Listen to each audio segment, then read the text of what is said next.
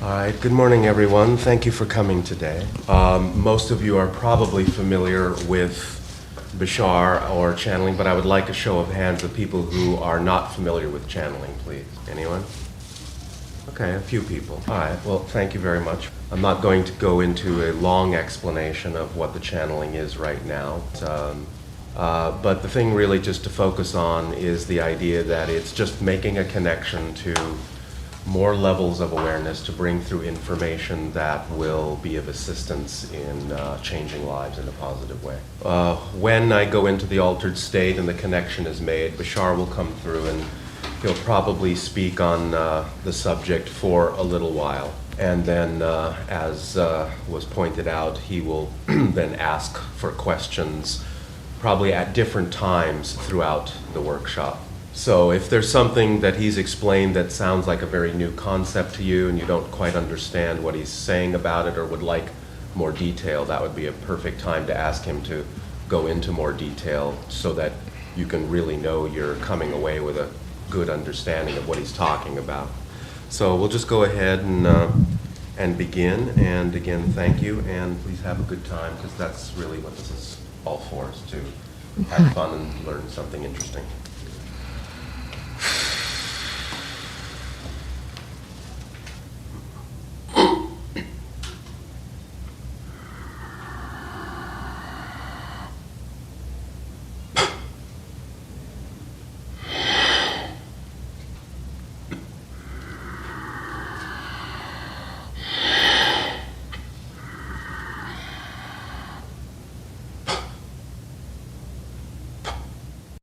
Say good day to you this day, their time. How are you all? We will begin this communication in the following way. We understand that this day he wishes to speak about the idea of excitement in your 21st century and manifesting your dream. So first, let us discuss briefly why it is so important to talk about the idea of excitement. First of all, let us make sure you are all comfortable. Can you all hear well enough, or do you need the speakers to be louder? You're all hearing all right? They are nodding. All right. Then let us begin with a reminder for some and new information for others of what is so important about the idea of excitement. Perhaps our definition of excitement will also explain why it is so important. Many people on your planet understand that it is a good thing to be happy, a good thing to be excited. It feels good, but they may not understand exactly how important that experience is. It is important for the following reason. Here is the definition. Excitement is the physical experience of your highest, most true frequency of energy. Now, this is also synonymous with the idea of unconditional love, but we are speaking about that particular physical sensation that allows you to feel very energized. It is the frequency of energy within you that allows you to know you are most harmoniously aligned with your true natural self. This is why it is so important in realizing your dreams to always follow the path of highest excitement. Many people on your planet wonder, what is my path? What is my purpose in life? And when they talk about this idea of path and purpose, they are usually talking about what kind of thing can I do, or job can I find, or how can I express my path. There are many, many, many different ways that you can, of course, express your path and your purpose in life. But people, of course, on your planet wonder, well, what is the best one for me? What is my destiny? So we would like to remind you at this moment that your path, your purpose, your destiny can actually be expressed in many different ways throughout the course of your entire lifetime. And what this means is that your fundamental basic purpose in life is to really just be who you are as fully as you possibly can be. Everyone exists for a reason. There are no accidents in creation. Creation did not make pointless creations that have no purpose. Everything and everyone that exists has a reason for existing and fits in with everything else that exists. But the idea of discovering your purpose and your destiny is really the process of discovering who you are. What is the natural state of your being? Excitement is the tool, is the beacon, the guiding light that allows you to stay aligned with your natural true self. It is the energy that will allow you to discover most easily who you are, what your purpose for being is. Though you may not always immediately understand how it is working, if you remain within the idea of excitement in everything that you do, you will not only have an ecstatic life yourself, you will most beneficially help others as well. For only by being your true self and being in your full power are you then really capable of supporting everyone else and supporting the whole of creation. If you are not being your true self, it is more difficult for you to be of assistance or help to anyone else. Now, of course, fundamentally, you are always being of service to everyone around you, just by being in existence. But if you are not living your joy, if you are struggling and suffering, then all you're really reflecting to other people is the experience of struggling and suffering. Now, it is certainly possible for other people to look at you when you are struggling and suffering and still learn something positive for themselves, and so that way you may still be able to help them even while you are suffering. But the point is there really is no reason why you should have to struggle and suffer in order to be of benefit to others and yourself. We are not saying that your life will no longer contain challenges, but challenge is good. Attracting challenges in your life, puzzles to figure out, will stretch you both in the idea of mind and in the idea of spirit. But you have all arrived at a place now in your history, what you now refer to as the 21st century, where suffering and struggling is no longer necessary for you to learn your lessons in life. You have spent, as a species, thousands and thousands of years feeling like you are in the dark, struggling and suffering and in conflict. But now, at this point in your history, you have experienced and played out almost every possible negative suffering scenario imaginable on your planet. There are almost no more negative scenarios left to experience. Throughout many different lifetimes, you have all lived every kind of negative scenario imaginable.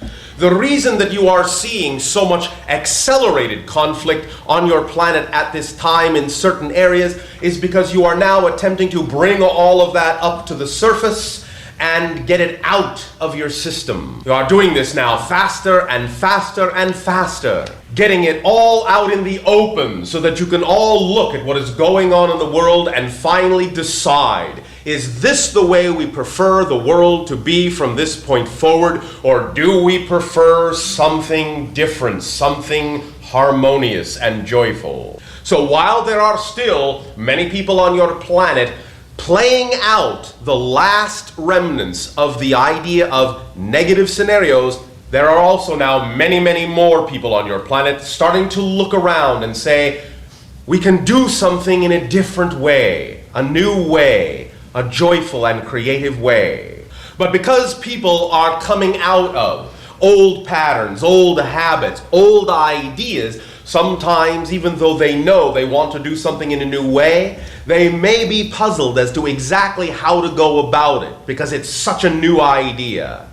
In fact, the old ideas are sometimes so strong to you that many people on your planet even have difficulty imagining what a life of joy and creativity would really be like. Some people on your planet even have trouble imagining what a whole planet functioning in harmony would be like. In fact, some people on your planet have so much trouble imagining what it would be like, they almost cannot even believe that it would be possible to have a whole planet of harmony or even an individual life of perfect harmony. And so one of the most important things we must discuss today is not only the idea of acting on your excitement to fulfill your purpose, but also really strongly understanding how to get in touch with old beliefs and transform them so that you know beyond a doubt that it is possible to live a life of joy and creativity. Please understand that these things we will be discussing in this communication today really are powerful energy tools of change. They're not just nice sounding ideas. They actually have power when you use them properly. Many people on your planet who are interested in what you call your New Age movement or age of spirituality constantly talk about the idea of how it would be nice if this would change or that would change, but they don't really have a fundamental understanding of the necessary tool that allows the change to happen and be permanent. But this is why it is so important to us to share with you ideas that you can take with you from this communication and use in your everyday life to really make the changes you want and know that the changes will stick, that they will last, and you can make more changes when you want to. Our people will be given the greatest gift when we know that we can interact with you more as equals rather than you needing us so much to make you feel powerful. When you feel powerful yourselves, then we will have done our job properly. So the purpose of us doing this job is to put ourselves out of a job. Then the job will be successful. We can interact as equals in the same way. So, let us begin with a discussion of understanding what beliefs are all about and how your beliefs create your reality so that you can then create the reality you prefer. Some of you have heard these ideas from us before, but we will take them to greater detail and depth in this communication so that you can really lock them in and use them and make them your own. Many of you are becoming more familiar with the idea that you create your reality and that this happens through your belief system, but still many of you have not really made it your own. You don't breathe it every moment of every day. It's not yet feeling completely natural for you to live this way. So let us work together so that you can really make this your own understanding of the idea and you can begin to use it automatically without even thinking. And of course, one of the reasons why it will become more and more automatic is because the more you do it, the better you will feel and the more you will want to continue to feel that way. And the more you use these tools and the more automatic that state of excitement becomes, pretty soon there will come a time when you can no longer imagine living any other way. You will look at your life in the past when perhaps you felt you were struggling and suffering, and that will seem to be a far distant dream that has nothing to do with who you are anymore. Then you can, once truly awake, live your life to the fullest in joy and ecstasy. So, before we talk specifically about the energy of excitement, let's talk now about the idea of the belief system within your personality. Let us begin with the basics. You are an unbroken consciousness. You are one spirit. But when you choose to experience the idea of physical reality, then certain things have to be created in order for your spirit to have that experience. You must create what is called the physical personality. This is similar to the idea of when you want to go scuba diving, you must bring certain apparatus with you, such as a diving suit and a breathing apparatus and a mask to be able to see clearly underwater. So as a metaphor, there is your spirit hovering above physical reality, just like a diver would hover above the surface of the water, looking down into it, wondering, I wonder what's down there. And so the spirit, looking into physical reality, saying, I wonder what's down there, I think I'll go see, must then create the proper tools to be able to function down in physical reality vibration, which is a little bit lower than the spiritual level in frequency. Now, of course, from time to time, spirits can pay short visits to physical reality, but this is the same idea as simply jumping in the water without scuba equipment and holding your breath for a while before you come back up.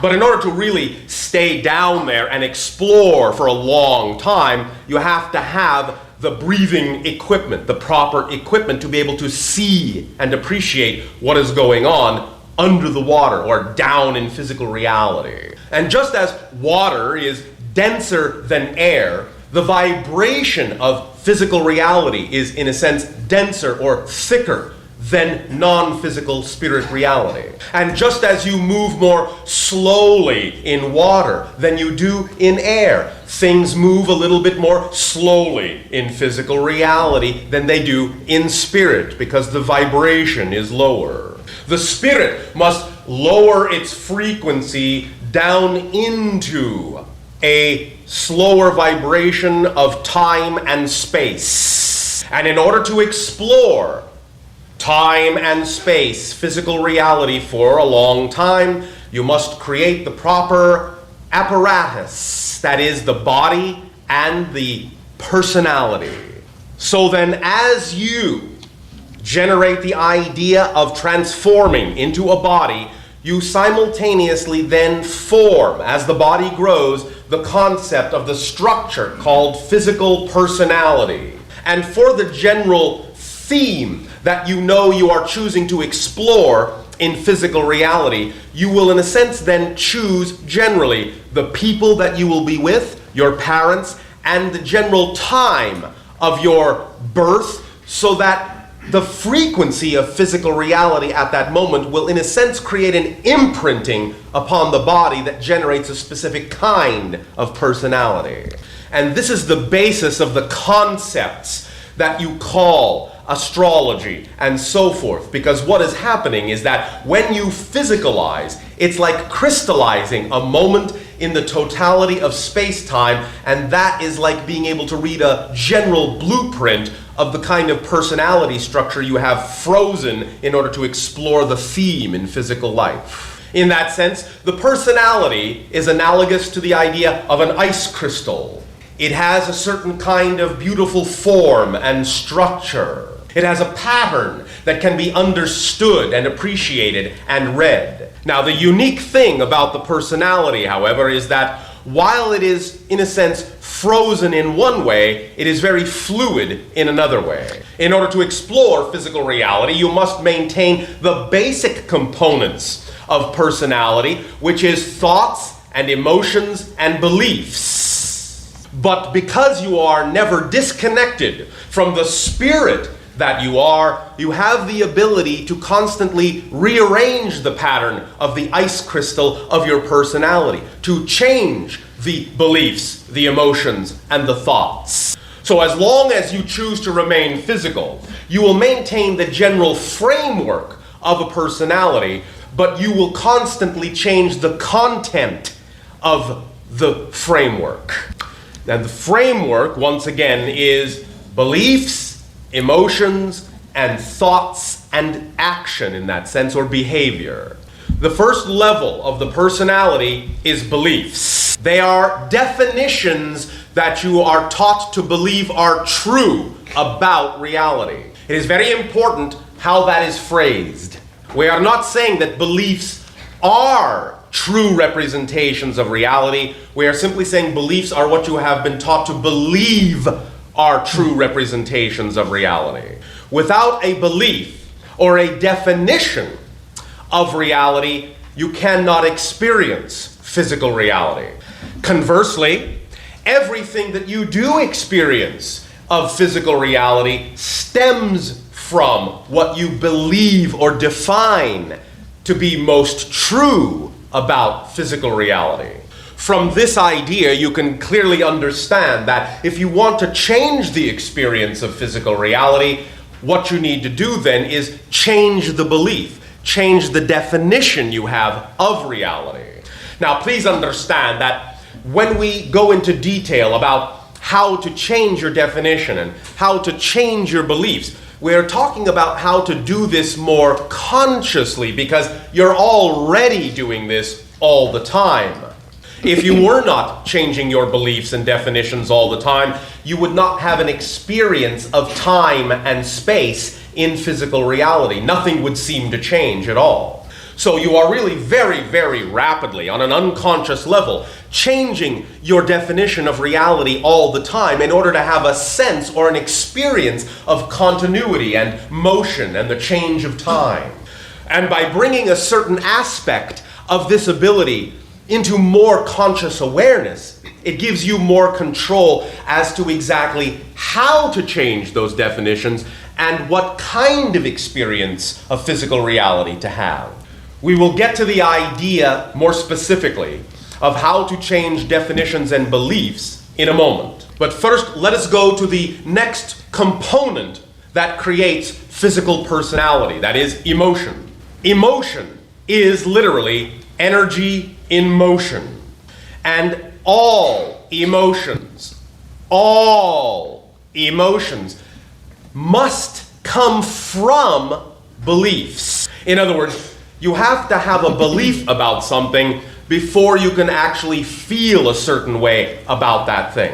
If you don't have a definition of something, if you don't believe something to be true in a certain way, then you don't actually have a feeling about that thing, or not very much of one. So all of the feelings that you experience in life stem from a definition that exists within your personality first. And then the third component is the idea of thoughts, your mental side. And so all thoughts, in a sense, stem from the emotions, which stem from the beliefs. In some senses, thoughts can also generate more directly from beliefs as well, but they usually come through the emotional component at the same time. And this forms the triangular structure of the personality, which is belief, emotion, and thought patterns. All together, these three components then determine behavior, action. This is why you have a saying on your planet. You know who they are, you know who a person is, not so much by what they say, but by what they do. Because when a person just says something, you may be dealing with only really one or two, in a sense, of the components of the personality structure. You may be dealing with all three, but not in an active way. But when you see a person's behavior, you can know, without a doubt, that you are seeing the result of the activation, the engagement of all three personality components fully engaged, fully active. And then you can tell from your own behavior, your own actions, or someone else's behavior, someone else's actions, as to whether or not there is any imbalance or negativity in any of the three components of their personality. Since the triangle of personality is belief and emotion and thought patterns, the idea is that these three must be in perfect equilibrium, perfect balance. In a sense, you could use a metaphor and say that if there are negative beliefs and negative emotions and negative thought patterns, then in a sense, you could say that the triangle is reversed. And then you can learn to bring it back into balance with the ideas and techniques that we will be discussing this day. The reason that this is so important is as follows. If you are going to create the reality you prefer, if you are going to manifest your dreams, you must allow the physical personality to be in balance. That's one thing. You must create the beliefs, emotions, and thought patterns to be in a positive state of energy.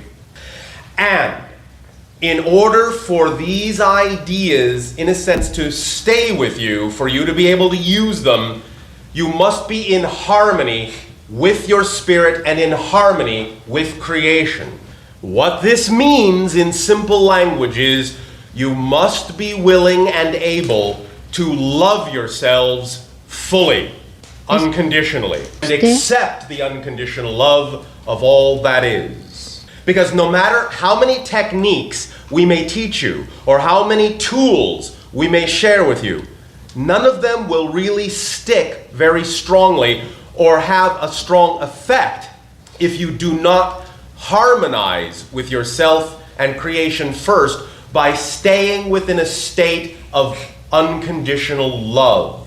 Anytime you move out of that vibration of loving yourself and receiving the love of creation, the tools will be less effective. The techniques may still work a little bit, but they will not be as powerful, they will not be as lasting. The reason that the tools are designed this way, to be more effective when you are in that state, is so the tools will always guide you back to that state where they work best. So all the tools and techniques contain a self-guidance system to bring you back into alignment, or perhaps more specifically, to make you want to go back into alignment so that they will work more powerfully. So the tools, in a sense, are functioning like the scuba diver's mask.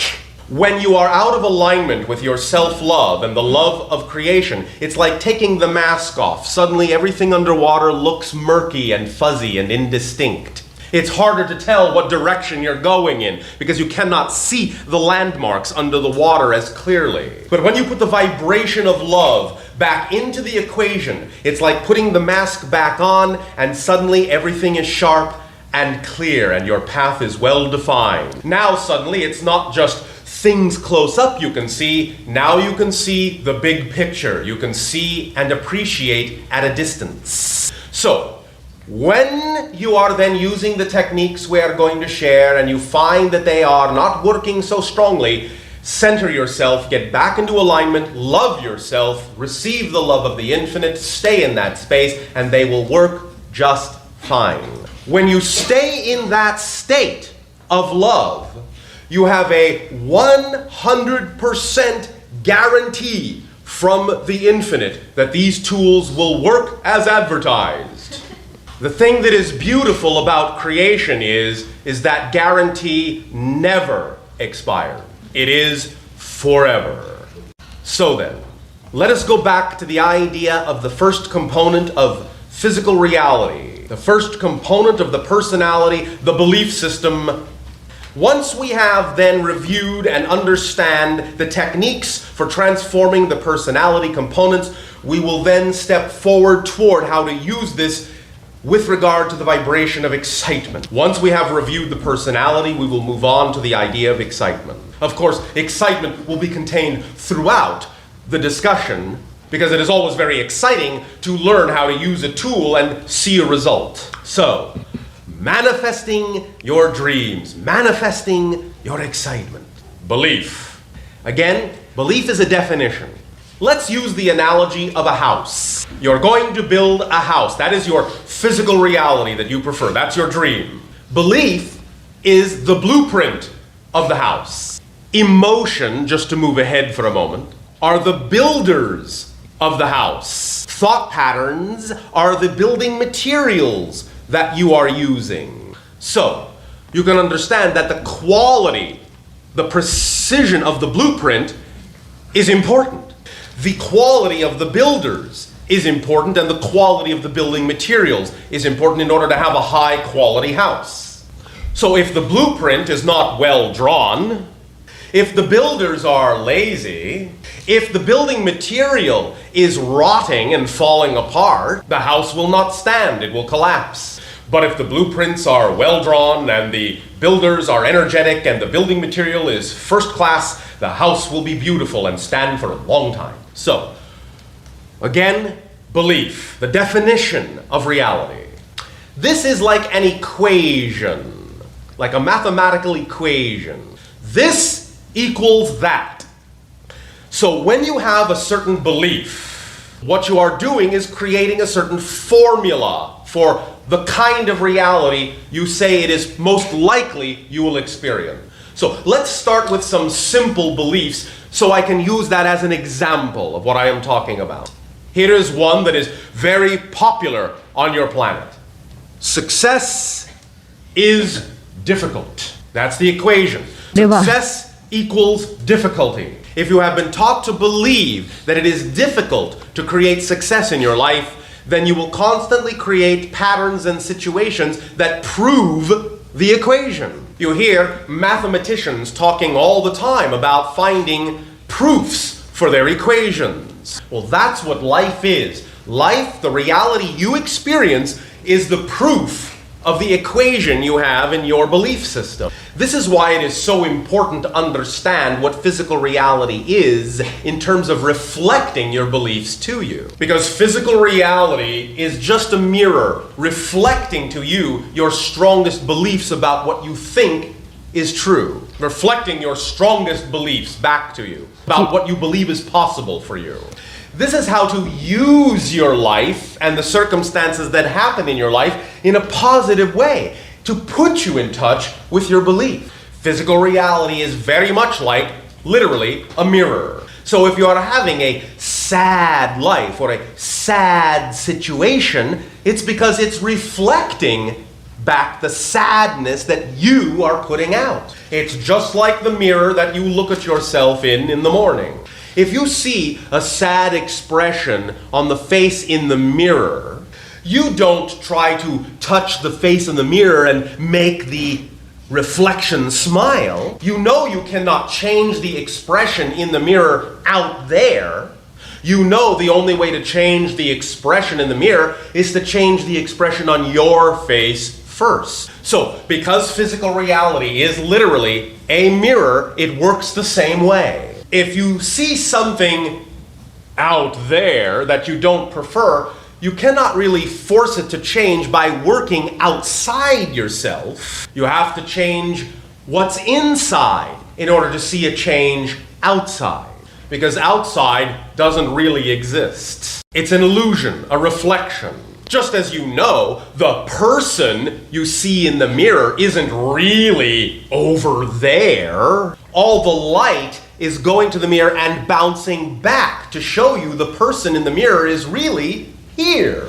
So when people on your planet project their problems onto other people or blame other situations for being responsible for how they feel out there, that's not really where it's coming from. It's coming from here. But this is the beauty of physical reality functioning like a mirror, because it always turns you back to yourself. If something is going on in your life that's not the way you prefer it to be, then physical reality is beautifully showing you there is something you need to change in your belief system in order to make the change happen out there. And the first level to always check is the belief system.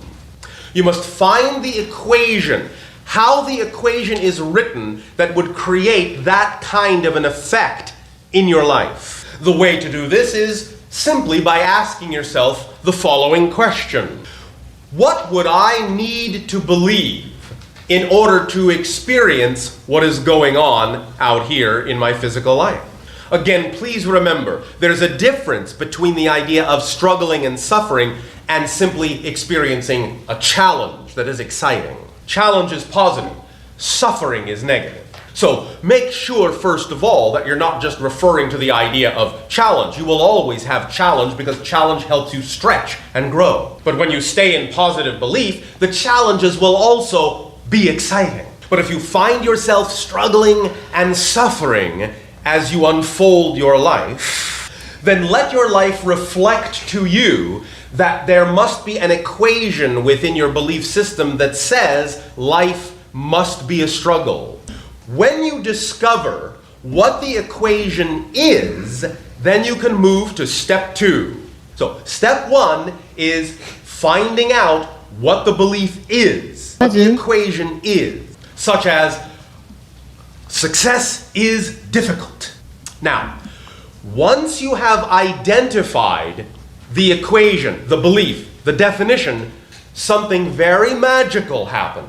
Perhaps for a long time in your life, this definition that has been unconscious within you has felt very powerful because the struggle in your life feels very real and very powerful. And one of the reasons sometimes that it may seem difficult to change is that because when you do hold on to a belief, it generates energy, it generates power. And most belief equations contain a very specific variable or factor. Most beliefs, when they are in place, appear to be the only belief possible.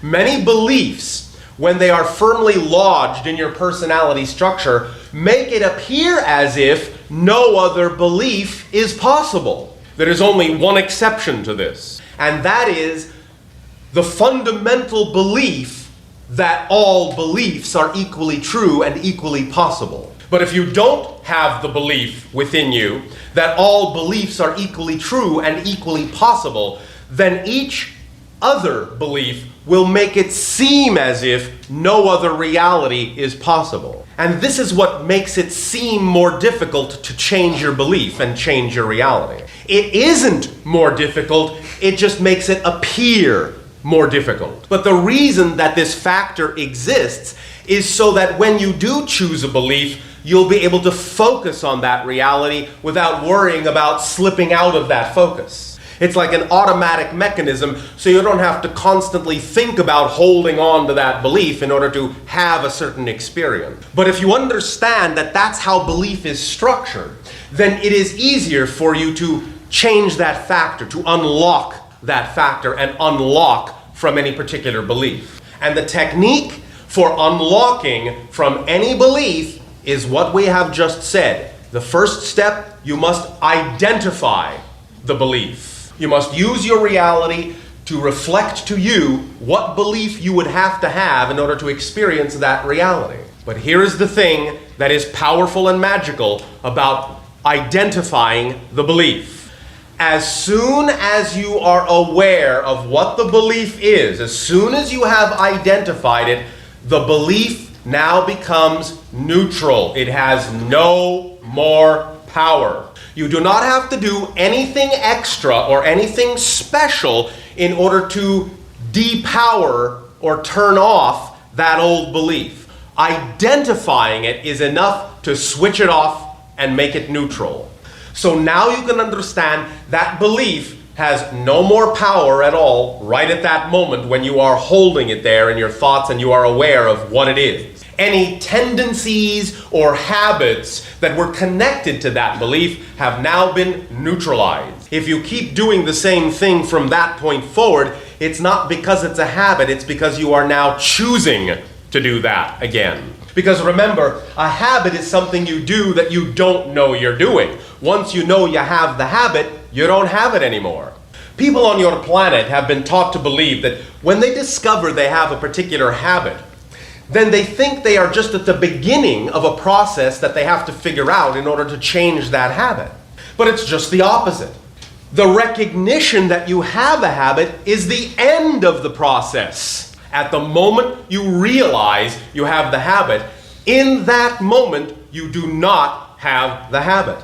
So, just like belief system, you've identified the belief, it is now neutral. You no longer have that belief, it's unplugged.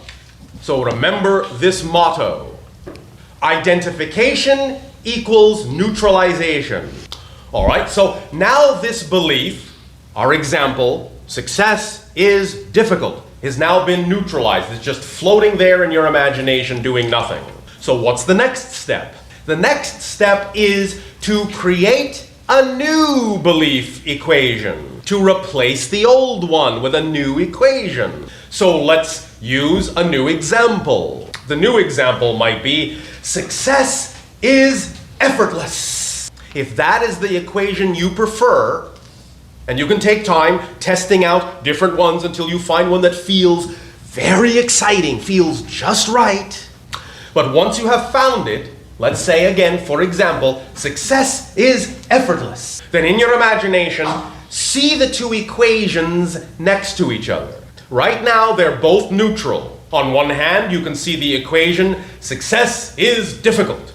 On the other hand, you see the equation, success is effortless. Now, see yourself literally unplugging the old equation as if it were stuck in some kind of prong or plug. Unplug it from your personality.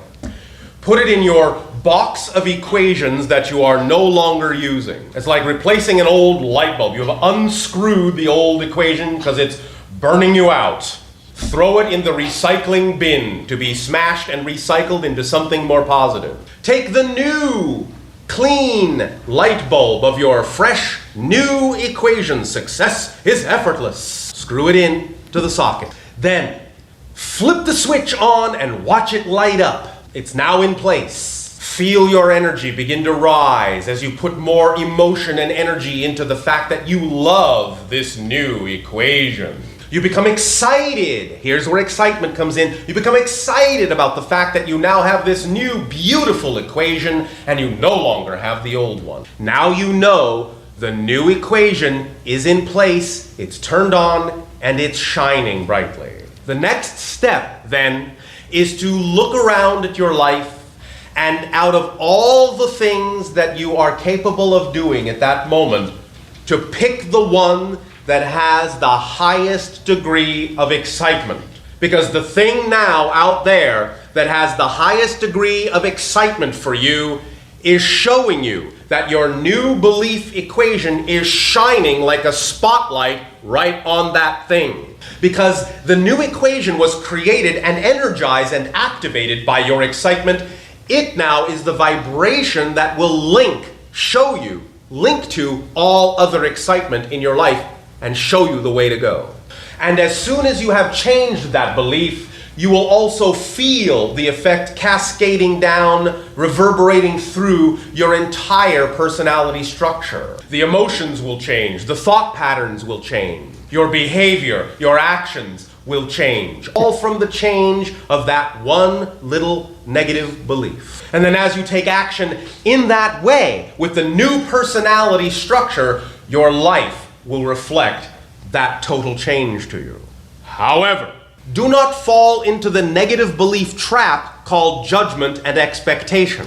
What this means is as follows. Many people will go, well, I've changed my belief, but I don't see anything outside in my life really changing. It doesn't look any different. Once again, understand the nature of physical reality. All circumstances and situations in physical reality are fundamentally neutral. They do not have built-in meaning. A particular situation can create a positive or a negative effect. Any situation can actually create either a positive or a negative effect. The effect that you get out of any given situation is completely determined by the energy you put into it.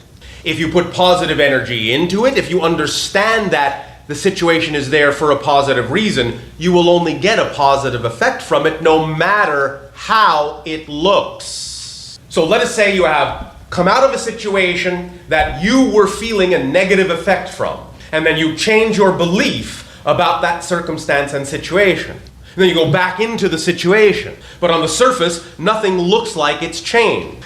Do not despair and say, oh, nothing out here changed. That must mean I didn't really change my belief. It's how you behave toward the situation that determines that your belief has changed, not what the situation looks like on the surface. When you trust, when you know you have changed your belief and you act differently within the situation, then even though the situation may look the same, you will get a different effect from the situation. It is quite possible that the exterior situation may change its appearance to reflect the change within you, but it may not. You have to remain true within yourself to know you have changed and act like you know you have changed, and then you will get a different experience out of the very same situation. And here is the paradox. Here is the irony in this idea. Because if you look at the situation outside and say, that means I haven't changed because it didn't change, then you haven't changed. In other words, if you're still relying on outward appearances to decide whether or not you have changed, then you really haven't changed, and it is reflecting an accurate picture to you. But when you know you have changed, and you accept that even though the thing may look the same, you still believe you have changed, then you give the situation the greatest possibility of actually changing its outward appearance. But first, it's almost like you are testing yourself to see if you really believe you have changed by being given exactly the same situation again, to see if you're going to act differently toward it. So when you do behave differently toward it and get a different effect from it, then you have proved to yourself that you have changed, and then the outward situation may change its appearance to suit the true change that you now know exists within you. But as long as you wait for your outer reality to change in order to believe that you have really changed, then you haven't really changed. And now you have the tool and the technique for transforming your belief and your reality. So it really is this simple. Use what is happening in your reality to show you what kind of a belief you would have to have in order to generate that kind of reality. Use what is going on in your outer reality to reflect to you what kind of a belief your personality would have to have in order to generate that kind of reality. Identify the negative belief you have had like it's an equation. Know at that moment that you have identified it, it has lost its power, it's neutral. Create a new definition. Take out the old definition, put in the new definition. Energize the new definition with your excitement that there is a new definition.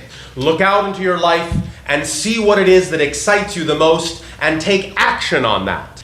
Every single time you run into what seems to be another fear, another obstacle, do this technique over again and find out what that belief is that you don't prefer. The more you practice this technique, the faster you will be able to transform your beliefs. It will become eventually automatic. You'll be able to identify negative beliefs very quickly, just make them disappear, automatically replace them, move on. All the while knowing, this is who I am, this is what I prefer to be, because I deserve unconditional love, and my reality is full of magic. And why can I believe this? Because creation has given me the power and the right to determine to choose what is right for me. And nothing and no one has the power to change that but me. That is the gift of unconditional love that I have been given from creation. Creation loves me so unconditionally that it will even allow me to believe that I am not loved. Creation will allow me to believe that I am not loved. It will even allow me to choose that belief. That's how much creation loves me unconditionally. It will support me whatever I choose to believe. Even if I choose to believe I am not loved, it will still support me. It will actually allow me to have that belief. So if creation is so unconditionally loving that it would actually allow me to have the belief I'm not loved, then I know beyond a shadow of a doubt that it will support me if I choose to believe that I am unconditionally loved. So when I choose to say I am unconditionally loved, my life is effortless, my life is magic, my life is creative and exciting, it allows me to choose that and will completely support me in that choice. And when you really know that, you are free, and your personality construct is completely in harmony and balance. And you understand the big picture of how everything works together in harmony. And the light that shines brightest in your life are the things that contain the highest love, the highest joy, the highest excitement. And you will understand that that is your true vibration, the vibration from which you were created. And so that vibration in you will attract all other such similar circumstances and situations and vibrations in your life. Acting on your excitement at any given moment to the highest degree you are able to act on it is filling your purpose and your destiny in life. Whatever way that chooses to express itself creatively is completely up to you, because that is the gift you have been given from all that is. Now, let us talk a little bit about some of the ideas of the kinds of dreams that will manifest in your 21st century that you can participate in. And we will come back to a little bit more discussion later of the personality construct of belief, emotion, and thought patterns and action. But let us look ahead into an alternate now. Now, because the future doesn't really exist, it all exists now. What are some of the exciting things that are going to be created by you in the 21st century? Well, very important area that is going to be expanding is the idea of information. So many more of you are going to allow yourselves to find new and exciting ways to receive and share information about so many different things. Whole new companies will come into existence just for the sole purpose of being able to collect and share information. The idea of your so-called internet is the infant version of this idea. Eventually, any information available to anyone will be available to everyone, everywhere, at any time. You could be on top of the highest mountain all by yourself. You could be at the bottom of the deepest ocean all by yourself. But you will invent techniques in order to be able to tap in to know anything you need to know at that time, at that place, no matter where or when you are. You will be able to figure out how to allow the entire planet itself to become one internet. You can be connected to it all the time if you wish. Or you'll be able to be private and alone if you wish. Communication will also expand in understanding. And what we mean by this is as follows. You will begin to understand the vibrational frequency of different states of consciousness, not only within yourself as an individual, but with all forms of life. You will truly learn how to carry on conversations with animals, plants, rocks, anything that exists on your planet. You will understand that you are in a constant relationship with all these things, having a constant communication and conversation with everything in your world and the universe. So beyond the idea of just information, it will be the idea of communication and relationship with all things. And the areas that will benefit from this will be many, especially the notion of education. The education of your children and yourselves will become much more experiential. You will not just sit and listen, you will do and learn. Whole environments will be created to give you experiences in which you can learn new things with all of your senses. Because when you are given a real experience, then you learn more and retain more of that information and can apply more of that information into your life. And so experiential education will expand on your planet. The creation of new stories in new ways. More the idea of being in a play, to read a story rather than just having it read to you. You will take parts and become the story, acting it out. And you can become, in a sense, everything in the play. An ancient technique in Atlantean times was as follows. In order to teach children, they were put in what you would call a more hypnotic state with the beating of a drum. The beating of the drum matched their heartbeat. The beating of the drum was slowed down so that the heartbeat would follow and slow down. Once they were in this trance-like state, then they were shown different objects. And in this trance-like state, they were told that they were the object itself. They were told that they were the sail of a ship or the whole ship.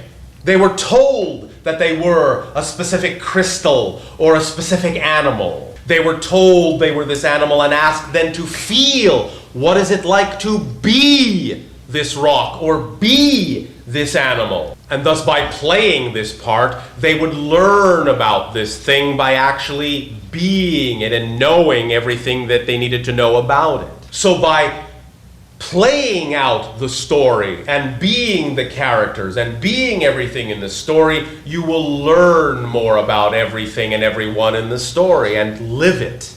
You will absorb the knowledge of the story into the cellular structure of your body, and it will be easier for you to apply the lessons of the story in life because they will have become a part of you. As each and every one of you individually, from this point forward, follows and acts on your highest excitement, you may find yourself being attracted to creating new ways, new companies, new techniques, new projects that are similar to some of the things we are describing here. You will learn to trust that your imagination, when you act on your excitement, will bring you everything you need to understand in order to know how to create these things and help the world change. You must trust that your imagination will always bring you the best technique that will work for you in terms of how to act in the direction of your excitement. And one of the most powerful ways to manifest your dream is connected to what we have just talked about. And that is immersing yourself in a full representation, a full environment that represents the reality you would prefer. So when there is a reality that you would like to create that doesn't yet exist, one very strong technique and powerful technique you can use is to simulate it as close as possible. What this means is as follows. If there is a place on your planet that is more representative of your joy, more representative of the environment that would exist in the place where you would do this exciting thing, it would be better if you would actually be in that place. Now, if for some reason you just find that there is no opportunity presenting itself to you to actually travel to that different location that is more representative of your joy, then you must simulate it where you are as closely as possible. Create the environment as closely as possible around you so that you can practice being in that reality. Because if you imagine in your highest excitement that you are going to be the president of a very powerful and creative company, and you see in your imagination that when you are the president of this company, you are sitting in your office behind this beautiful desk in this very big comfortable chair like this. But when you are at your house or apartment, you are sitting in a not so comfortable chair at a little desk like this, then your body energy, your body language is not the same as the body language in your dream. Every little orchestration of energy counts. If you can create a room in your house or apartment to look like the office of the president you will be in all the ways you can, then you will be creating that reality more solidly. Because when you are the president of that very exciting company, your body language will be very different, perhaps, than the body language that you exhibit now on a day-to-day basis. You must change all of your energy representation to be as close as possible to the way you say you want to actually be when you see yourself living your dream.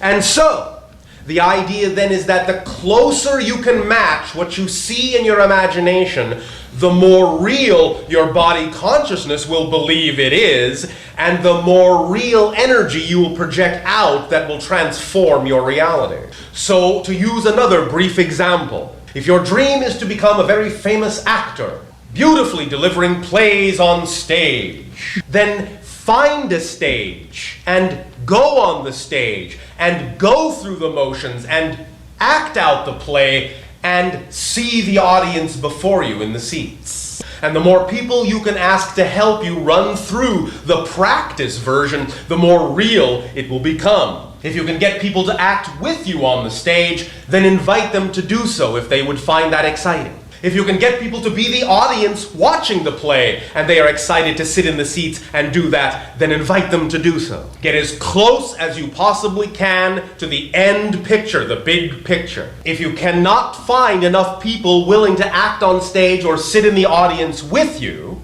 make cardboard cutouts of people and put them there. Because it will make a difference to your body language if you are actually acting with and acting for something that your eye goes to. Do not put limits on your imagination. Get as close as you possibly can to simulating the dream you say you want to live. And practice it and practice it and practice it and make changes if the changes are more exciting.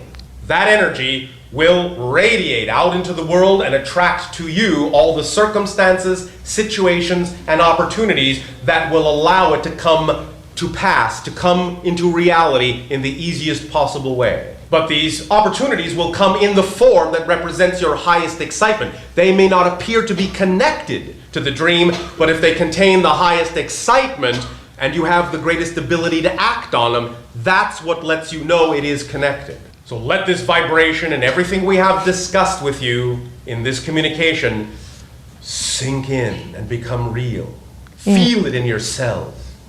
After your nourishment break, we will have some questions to help refine the details of these ideas. Are you excited about taking your nourishment break? Then enjoy your break and we'll resume communication afterwards.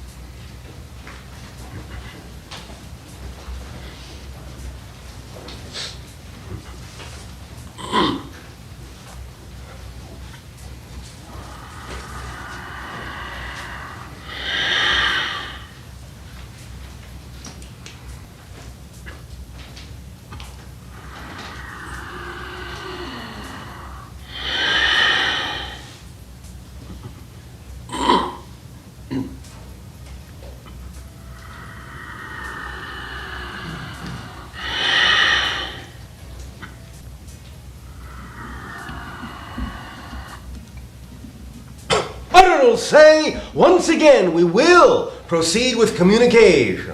Now then, let us engage in questions so that the ideas we have discussed earlier can more solidly sink into your consciousness. You may choose your questioners now. And to you, good day. Before I ask a question, by the way, this city Kobe means door of God in Japanese characters. So I would like to welcome you to this sacred place. Thank you. I'm a little bit nervous. If I choose inappropriate words, please allow me to. In these so-called metaphysical activities, people often say that even when we change negative beliefs, we tend to receive some trial, a test from the universe. And I myself have an experience that I changed my negative belief, and I was sure that I changed that belief, but people say you may receive a test or you haven't changed, so I tend to lose my self-confidence. Even though I was trying to ask you a question, but as I talk, I think I found the answer already, but I would like to confirm with you again that there is no such thing like a test or trial. Thank you. Very good. The idea is what we have discussed earlier in our talk. For we mentioned earlier that when you change your belief, you will sometimes give yourself a test. It isn't coming from the universe. And it isn't really even a test. You are just making sure that you actually have the conviction of the new belief.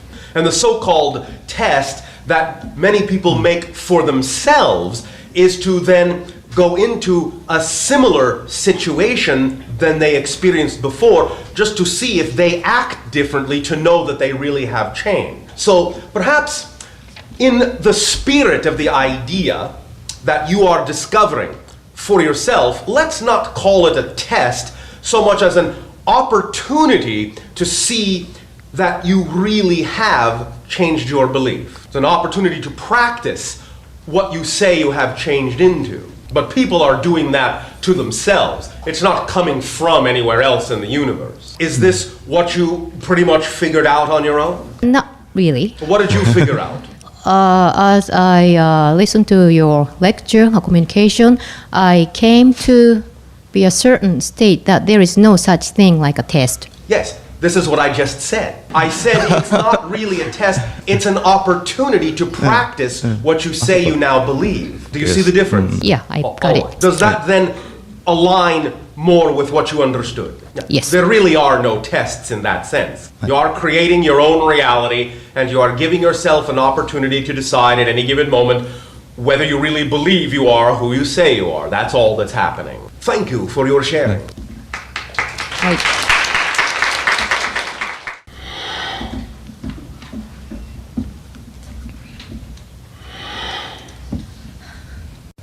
Hello. And to you, good day. My question is, I feel such a strong resistance to love myself. I am out of that state. You mean you are no longer resisting, or you are resisting? Maybe that I cannot myself. I am in that state.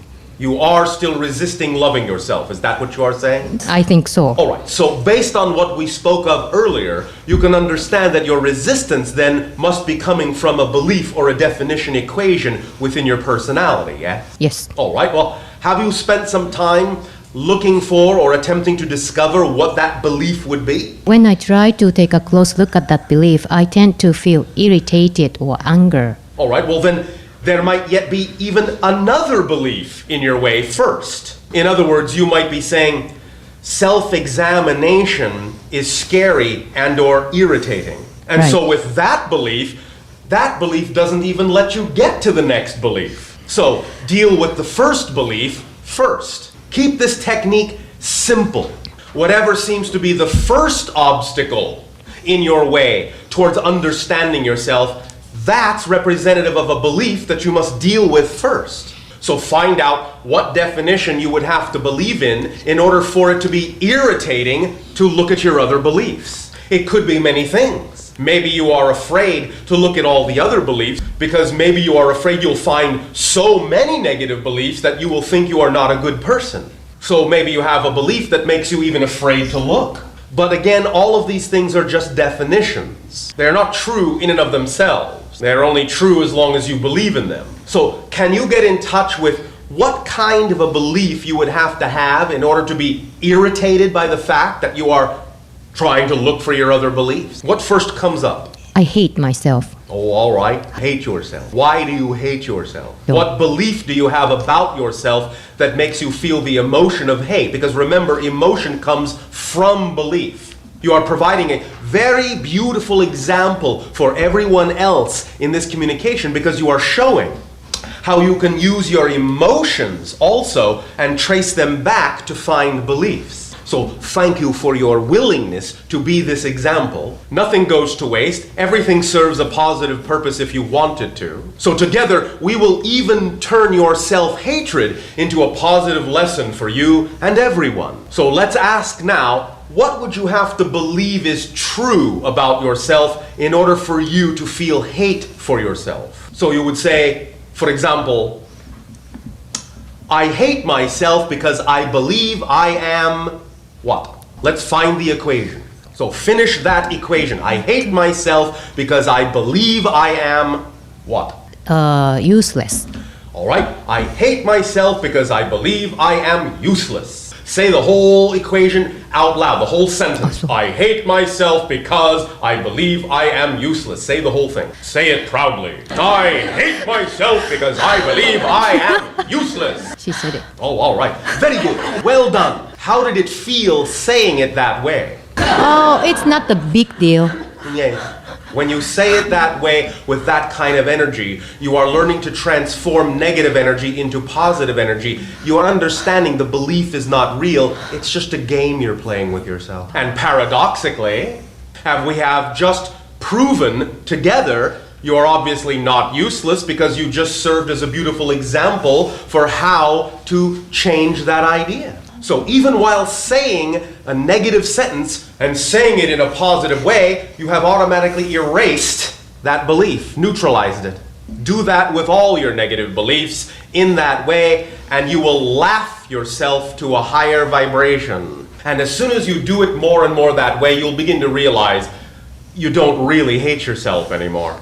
In fact, you will probably begin to believe you're pretty funny.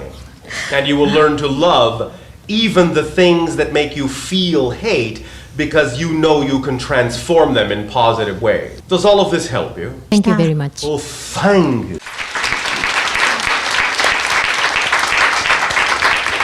I hope you all understand that you are applauding for each other. Next question. Hello. Andrew, good day. I have three issues or topics. 3 issues, all right. Maybe they are all the same issue in 3 different disguises. Hey, let me share 3 all first. All right. In the morning, you said we are going to connect each other, and the internet becomes one internet all around the earth. Eventually. In future, we may be able to communicate with plants and animals and all the beings on this earth. Yes, well, I mean, you can really do that now, but I'm just saying that more and more that will happen as more people realize you can do it now. In order to communicate with those beings, how can we do that? We use energy, and is it energy level communication? It is, and it is controlled in a sense by your imagination and your heart, your feeling. If you just be very, very quiet and listen and stay within your joy, energy, you will know what plants and animals and other life is saying. Bit by bit, more and more, you will understand more clearly. But in many ways, some of the communication will be very basic and fundamental. In other words, they would probably say much the same thing that you would say in a similar circumstance. So, you can learn to identify with them more strongly by knowing that you have many things in common. If you are walking in the sun on a beautiful day and feeling gratitude, very often an animal or a plant will be communicating and feeling just about exactly the same idea. You can be open to the fact that in many circumstances they will say something similar to you, and the more you pay attention to the fact that they are saying similar things, you'll become more sensitive to all the things they are saying, and then sometimes you might hear something a little new or a little different that they might say to you. Remember the Atlantean technique of imagining that you actually are the animal or are the plant, and then just feeling how you imagine they would feel if you were them. You have to identify with them in their kind of world and their perception of the world, the way they would see it. Most animals and plants know that everything in the world is connected. They know that everything is one. They live in the moment and are very happy and grateful to be who they are, and ecstatic to express the gifts that they have been given to share with everyone. The flowers are very grateful that they have the gift to share with everyone of color and smell and provide nectar for bees. They are very grateful to be this expression of creation. And when the bees take their nectar, or when you enjoy their color or appreciate their smell, then you are in relationship with them at that moment. And they are just as happy to be seen as they are, in that sense, to give off the color. They can see the appreciation in your energy, and that makes them feel your love even more strongly and allows them to use that love to bloom. And the more you appreciate what the flowers do for you, the more you bloom. And in that moment, you are in relationship with and in love with that flower, and they are in love with you. Does this make sense to you? Thank you. For that, when you are in love, you will generally know what the other one you are in love with is feeling and thinking.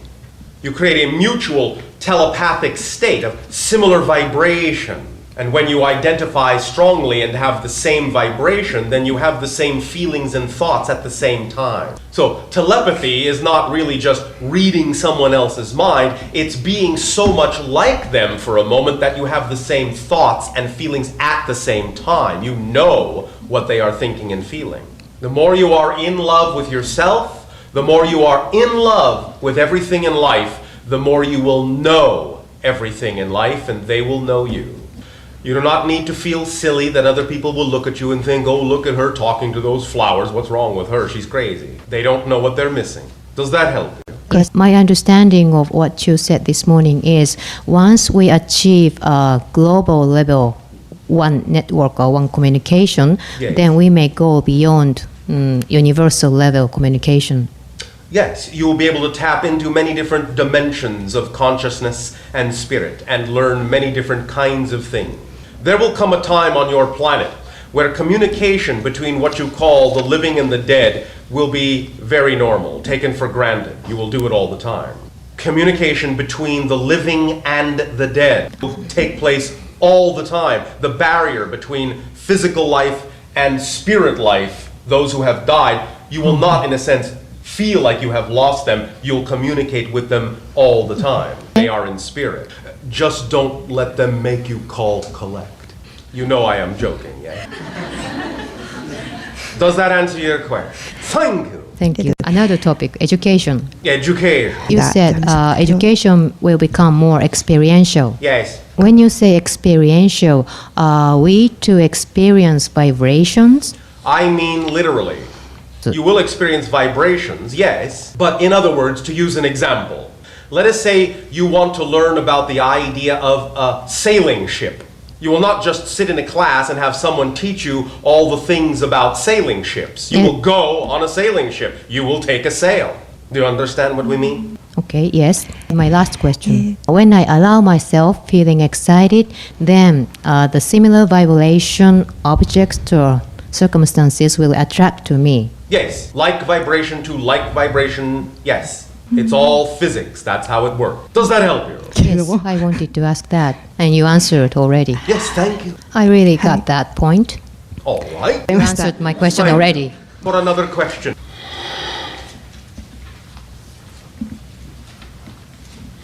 Hello. Andrew, you good day? I've been your long-term fan since your first session, open session in Tokyo. All right, well, you, in that sense, are stars to all of us, and we are your fans. Thank you. I feel honored. So are we. After I met you for the first time, our the religious life totally changed. Yes, it will often do so.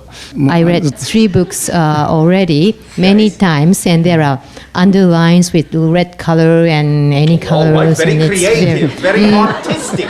And I gave the same copy to all my employees, and I also say this is a new idea, but this is the idea we are going to head for. All right. And even though I think I understand your viewpoint written in your book and through the sessions, I still feel that I'm not completely free. I feel something, life is a hardship. All right. Are you sure you're not confusing challenge with hardship? Because if you judge a challenge to be negative, it will be experienced as a hardship. So you have to be cautious that you are not taking something that might be representative of your excitement and judging it in a way so that it makes it difficult for you to tell that it's your excitement. Be more specific about what this so-called hardship is. The circumstances of my company and conditions of whole Japan. It's not only me, but whole nation is experiencing this similar hardship, I think. Yes, well, define the hardship. Be specific. Like in producing industry, many companies are moving to China, Yes. and Japan, people are losing their jobs or Yes. opportunities. Well, they are being given opportunities to look at new ideas too. You are creating the foundation of a 21st century company. You need to also expand your vision of exactly where your company can have impact and the different kinds of things you can do in different ways than have ever been done before. Be perpetually excited and creative and imaginative to flow with the changes in a positive way and make them work for you instead of assuming that they are working against you. By looking at these kinds of changes as a hardship, what you are saying is that you are buying a negative belief that these kinds of changes must bring hardship instead of creating a positive belief about the changes. Remember that even if someone else chooses to do something for a negative reason, you will only be affected by what they do in a positive way if you stay within your centered vibration, even if their original intention was to do something negative. So if you are the captain of your ship and you are creating a 21st century crew, you must learn to navigate through these waters of changes by being able to see new lands where no other people can see them. If you are helping to instill these 21st century principles in your employees, then ask them to share all together, to utilize their collective imagination and come up with new ideas that you may not have thought of before for how your company can expand to ride out the changes in a smooth and creative way and even perhaps expand in the face of these changes. You must be willing to steer your ship into new waters, unexplored waters, before you will discover new lands. Does that make sense to you? Thank you. And by the way, I am an engineer, basically. And in the past century, I've been searching for a physical abundance. But in new century, I would like to add love to this physical abundance. Yes, go ahead, add love to it. And I would like to put this as a motto of my company, my business. Is this correct? Yes. You see, the idea is, like we have talked about the new communication and new information and new education, this is a perfect opportunity for you to act as an example that there must also be new understanding of how to express business. For in love, all things are accomplished effortlessly. Does that help you? Yes, thank you. Thank you. Thank you again. What is your remaining time frame for this segment of the communication? This segment, 35 minutes more. Yeah. Right. More questions. Hello, And for you Bashar. today, You are always energetic. high energy person. Because I would like to feel excited all the time, Yes. I bought a lottery. All right. And even though before I bought the lottery, Yes. I created a new belief equation. That is, I bought the lottery because I'm going to win. Well, all right, but you have to also realize that you could just be excited about buying lottery tickets whether you win or not.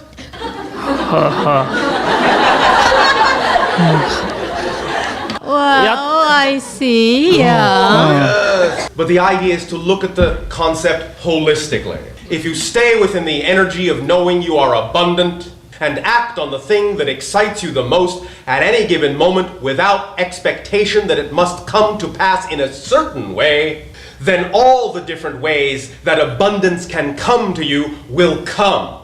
But the actions that you take must be taken for their own sake. Just because that action is exciting, not because of what you think it will result in. So definitely stay within the energy and excitement of abundance. If suddenly the most exciting thing you can think of doing is actually buying a lottery ticket, then buy it. But as soon as you have bought it, forget about the connection to the idea of money. Just forget you have done it and go on to the next most exciting thing.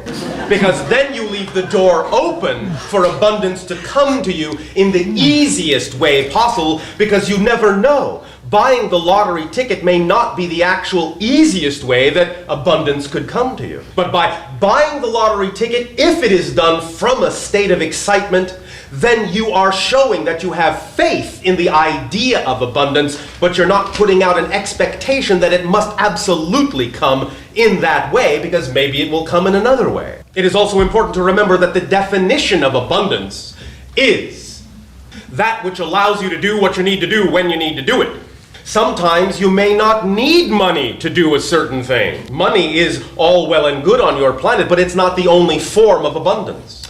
If you stay in your abundant energy, however, and stay excited about abundance, you may find that even while you might be excited about buying a lottery ticket, someone might just suddenly come along and give you something that you need, and then you don't even need money. So by all means, have the faith to take action on the things that excite you the most, but do not attach any expectation for how the abundance must come to you, because then you will be truly abundant. Just do the things that excite you because they excite you. There is no other reason to do them. Do you understand? And is this exciting? I start to feel somehow excited, but I think I want to put it in this way. That is, I feel excited and I take an action on it, but I let go of the expectation on it. Yes, that is true abundance, because now you're free and not attached to anything. You're not attached to having it have to happen in a certain way, which actually places a limitation on all the ways abundance might come to you. You see what I mean? I feel so quite excited. So excited? Almost. Yeah. Almost. Well, if you feel abundant, if you want to feel abundant, you don't want to feel limited, correct? I hope so. I think so. So then, imagine this. Let's say you don't know there is somebody who's about to come along and give you something for free. If you're over here insisting that you have to win money, then your focus is over here and you will never see that they're over here going, hey, this is free, look over here. So you may be looking at this door, but you have closed that door and your abundance can't actually get to you. But if you understand that you took action in this direction just because it was representative of excitement in general, and then stand back and remain open and look and see that there may be many doors through which the abundance will manifest, then you'll be free to accept abundance from any direction instead of insisting that it must just come through this one doorway and shutting all the other doors.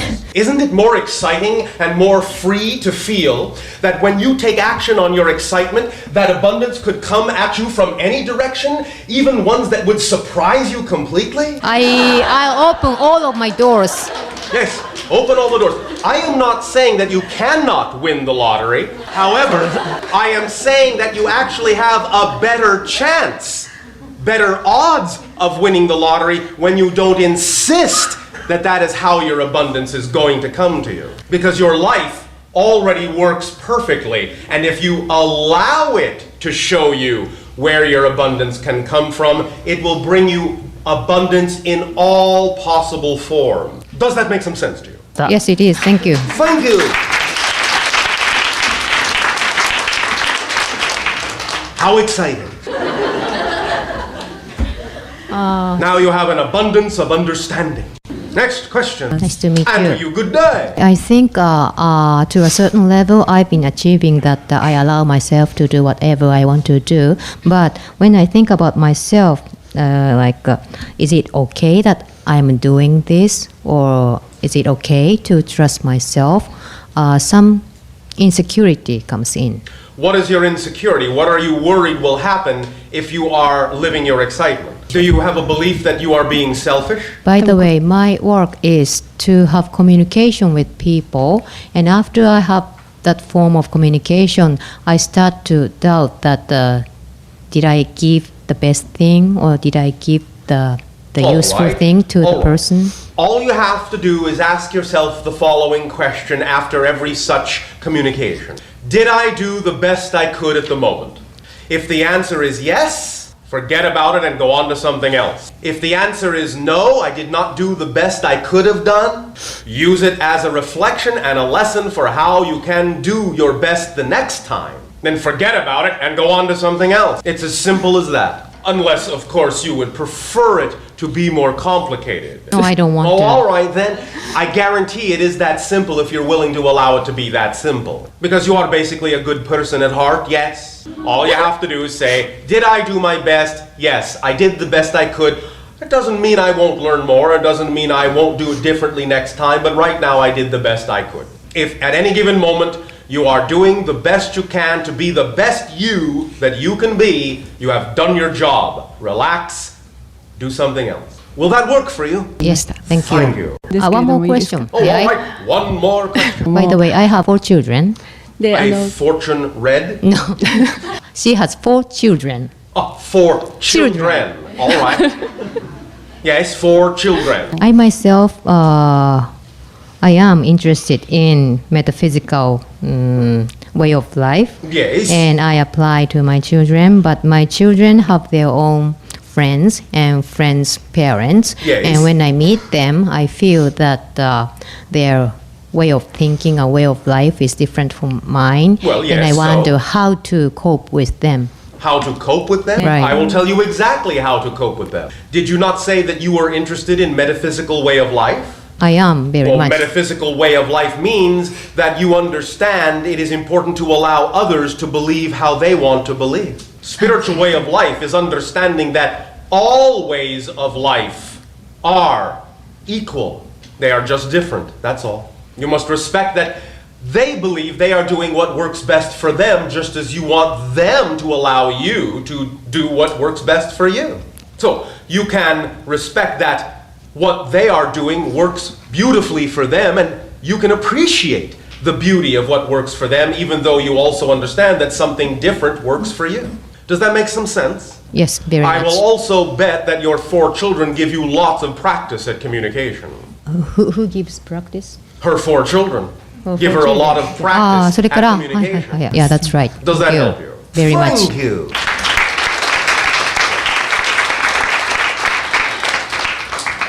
Still, we have some Yes, time. yes. One more.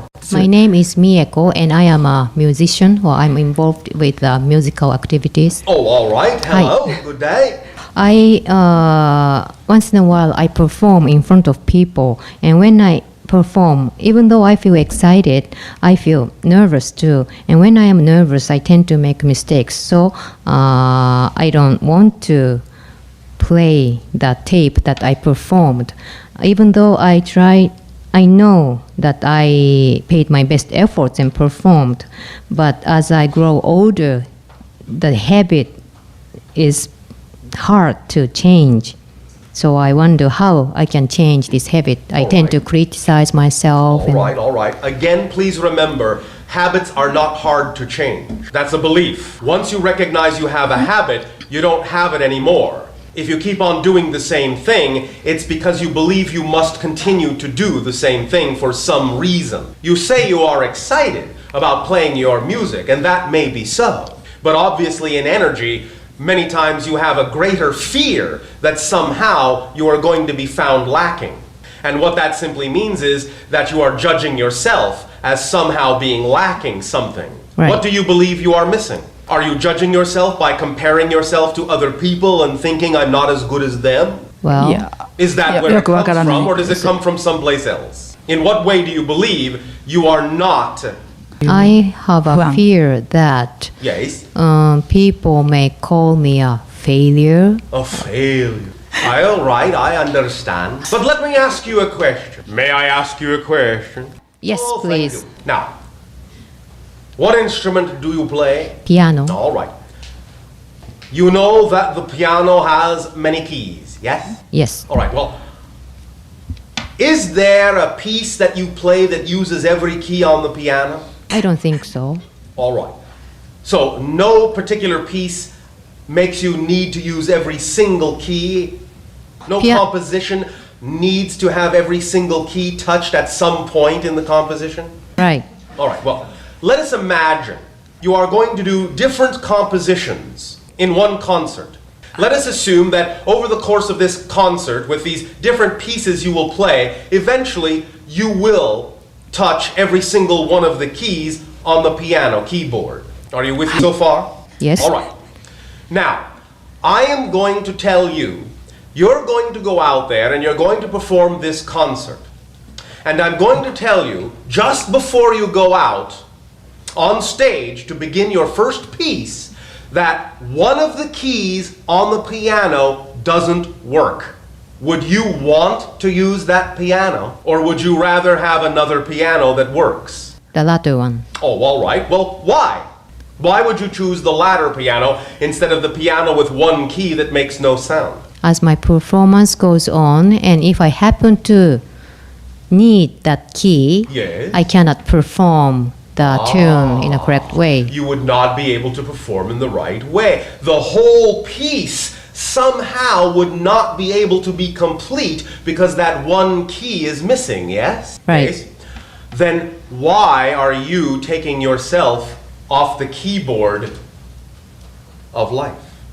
You are saying that you believe you have no purpose, in a sense, expressing the true self that you are. You do not believe that you really have something to give. You're like that one key you think doesn't work. But if you're there, if you're on the keyboard at all, it is important for you to realize there's a reason why you're there. You need that key to play the whole piece. So when you judge yourself, it is like you are making yourself not belong on the keyboard.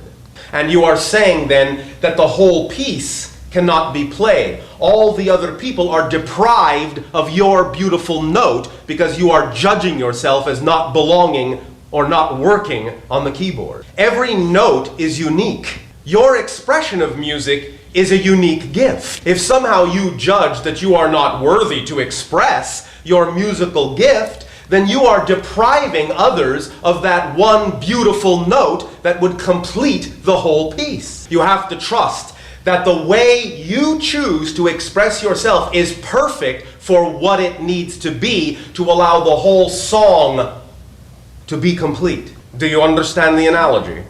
So what you mean is, even though I make a mistake in my performance, I am giving something to other people. Yes, and the more you understand that you are really truly giving a great gift to other people, you will relax about the way you perform and you will make less mistakes. Do you understand? Relax. Yes, that's the point. But the relaxation comes from trusting that whatever it is you do give is perfect for what you're giving, and that is a gift to other people to be able to hear the unique expression that you give. You understand? Yeah. Please go and make beautiful music. Thank you.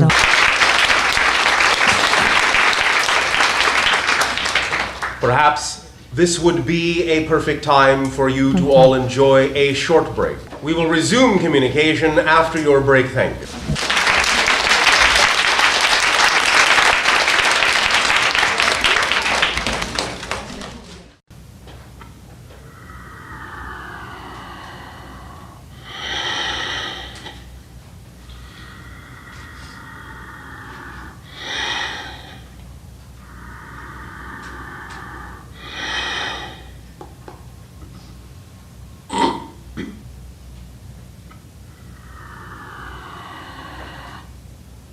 All right, Osei, let us continue this transmission. Let us speak a little bit about the harmony of following your excitement and how to look at this concept holistically. Many times when we speak to your human people about following their individual excitement, people ask us a question. They say, Bashar, but if everyone is following their own individual excitement, then won't that conflict with everyone else's excitement? How can everyone do whatever they want all the time and allow everyone else to also do what they want all the time? Wouldn't that create conflict? The simple answer is no. You must understand this concept of following your excitement holistically. If you are being your true self, then you will automatically fit with everyone else who is being their true self. The only time there is conflict, both on an individual and a large scale, is when individuals are resisting being their natural self. If you come from the understanding that creation already works, that all the pieces in creation already fit together, then you will understand the nature of this harmony. Disharmony and friction only come from not being your true self, the self you were originally created to be. Because then you are creating yourself to be a shape that doesn't fit within the original picture of the full idea of creation. But if you are your true natural self, you will automatically fit with all others being their true natural self in all possible ways. The harmony that is generated by everyone following their true excitement is profound. Without trying to figure it out, without planning ahead, everyone just winds up being exactly in the right place at the right time when they need to be. Without having to think about it or force anything to happen artificially, everyone just finds themselves interacting with exactly the right person they need to interact with at every given moment. Because the vibration of your true natural self automatically orchestrates itself with all other true vibrations, making everything dance together smoothly. That is why harmony is actually a great paradox. Because while at first it would seem that the more of an individual you are, the more conflict that would create, just the opposite is actually true. The more of the true individual you become, the more harmonious you will become with all other true individuals. The only time there is conflict with the idea of being an individual is when you individualize yourself in such a way that you separate yourself from the harmony of the whole picture. Not understanding how you are connected to the whole creates isolated, separated, conflicting individual. Understanding how you are connected to the whole by acting in your joy and excitement and being your true self creates harmonious individual. And also, please understand the following idea.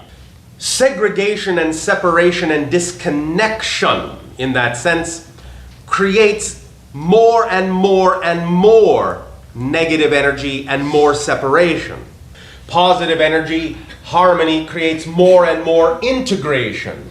And integration and harmony is geometrically expansive. So as we have recently said, a few harmonious, integrated people will completely balance the idea of many negative, segregated, disconnected people. The energy idea, the energy signature of 1,000 disconnected negative people can be completely balanced and offset by the energy signature of just 10 people acting in harmony. That is why your planet is now accelerating in spiritual ways, because it doesn't require that even half of the planet or even a quarter of the planet be focused on spirituality for your planet to start moving faster toward the age of transformation. You have already long ago passed the critical mass number needed to help your planet continue to accelerate in a positive way until it reaches harmony. And on one level, that is why you understand, even unconsciously, it is safe now to bring all of these negative ideas and conflicts out into the open, because now you know you can transform them and you're no longer in danger of destroying yourself. So each and every one of you, each and every single individual willing to live in their true vibration is like adding another 100 individuals to the acceleration of the world. By your year of 2013, every single individual that becomes aligned in their true vibration will be like adding 1,000 individuals in positive energy to the world. By your year of 2020, every single individual willing to transform themselves in positive ways will be like adding 100,000 new positive individuals to the world. By your year of 2025, every single individual willing to become the vibration of their excitement will be like adding 1 million new positive individuals to the world's energy. By your year of 2037, you will have billions of positive individuals working together individually and as one. And that unified energy is what will allow your planet to finally be able to join our association of many different worlds, working in harmony with all of us. So each and every one of you willing to truly relax into your joy and your excitement and be your true self, you add that much more momentum to the world's ability as a whole to become unified and at peace. The more each and every one of you are willing to trust your imagination and create new ideas in the world, new ideas of information, new ideas of communication, new ideas of education, new ideas of business, new ideas of technology, new ideas of power generation, new ideas of social community, new ideas of spiritual expression, a new definition of life on earth for all. The sooner you are each individually willing to take action in these exciting ways, the sooner life on earth will become your dream. And this is why we extend to each and every one of you our deepest appreciation in co-creating these communications with us, because this adds energy to that positive momentum as well. Let us now then continue with a few more questions so that these concepts can be firmly understood and used in your daily lives to expand your reality in a positive way.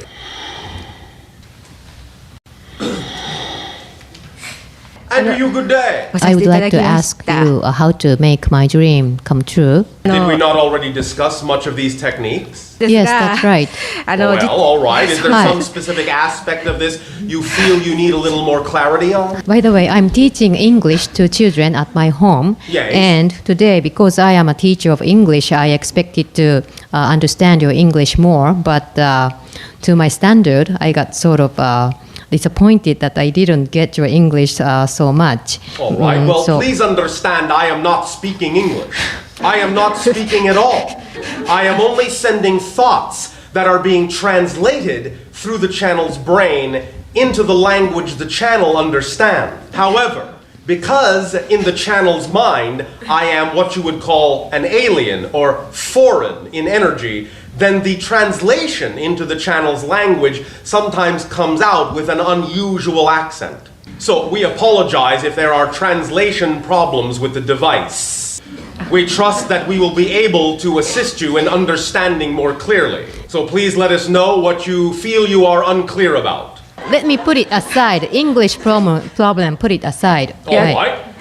I love learning English. Yes. And it's the most exciting thing to me. Oh, all right, thank you. So, by the way, I'm mother and wife, and I have roles at home. So it is hard for me to make my own time to study more. And on the book of Bashar, I read the time between 2 o'clock early in the morning to 4 o'clock early in the morning is the most energetic time zone. So I decided myself I have to learn during these hours, and then it's going to be very efficient for me to learn and memorize things. All right, as long as you do not tire yourself out by getting no sleep at all. That's right. So it's kind You have to trust your timing more than the idea of having to arrange your time schedule. You look at all the things that excite you the most in order of degree of excitement. Any given day, act on the things that excite you the most to whatever degree you can act on them. Take the first thing that excites you the most and do the most with it you are capable of doing within that day. When there is nothing more you can do about that exciting thing, then act on the next most exciting thing you have the ability to actually take some action on. And then after you are done doing that, if there is nothing else you can do on that exciting thing, choose the next most exciting thing you are able to do something about. At the end of the day, if there is no more time for you to act on other things, then that's all you needed to do that day. Let the excitement show you the timing of how many of those things need to be done in any given day, and don't force yourself to think you have to do more than you can fit in any particular time frame that is comfortable. Because again, you have to look at your excitement holistically, as a whole picture. What point would there be in following your excitement if to do so would wear you out? The idea is to trust the timing of the excitement, in that what fits in one day is comfortable for you. You do not need to force anything else. Because what point would there be in following your excitement if following your excitement exhausted you? Would there be any point to acting on your excitement if it wore you out, if it tired you out? There would be no point to it. Excitement doesn't come that way. It doesn't come with exhaustion. It comes with rejuvenation, exhilaration. So rather than scheduling your time, trust the timing of exactly how many exciting things you can fit into any given time period. Does that make sense to you? So what you are telling me is I'm not supposed to attach to that particular time zone, like 2 o'clock to 4 o'clock in the morning. I am just saying that that is a very good time when, if you are able to be quiet, you can feel energized and be very creative. But I am saying don't force yourself into that time zone. It should be a matter of easy timing, not I must do this then, I must do this now.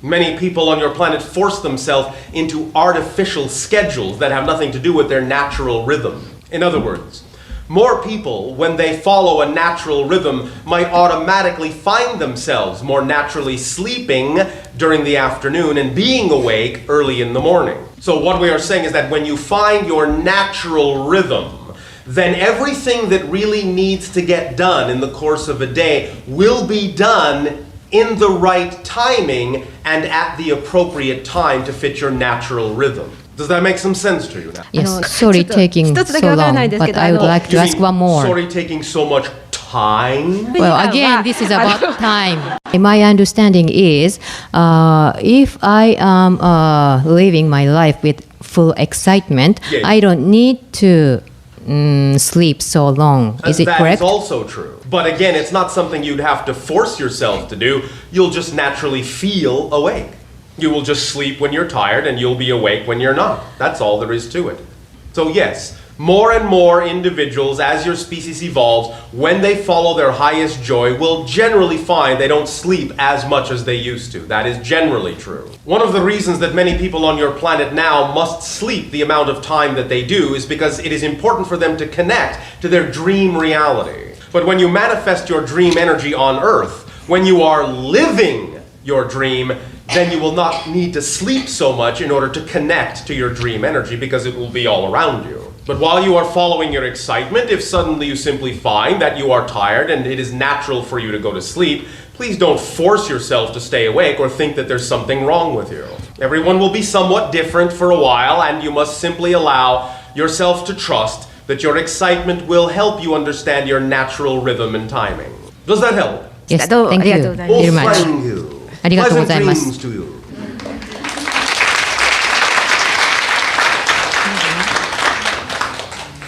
Next question.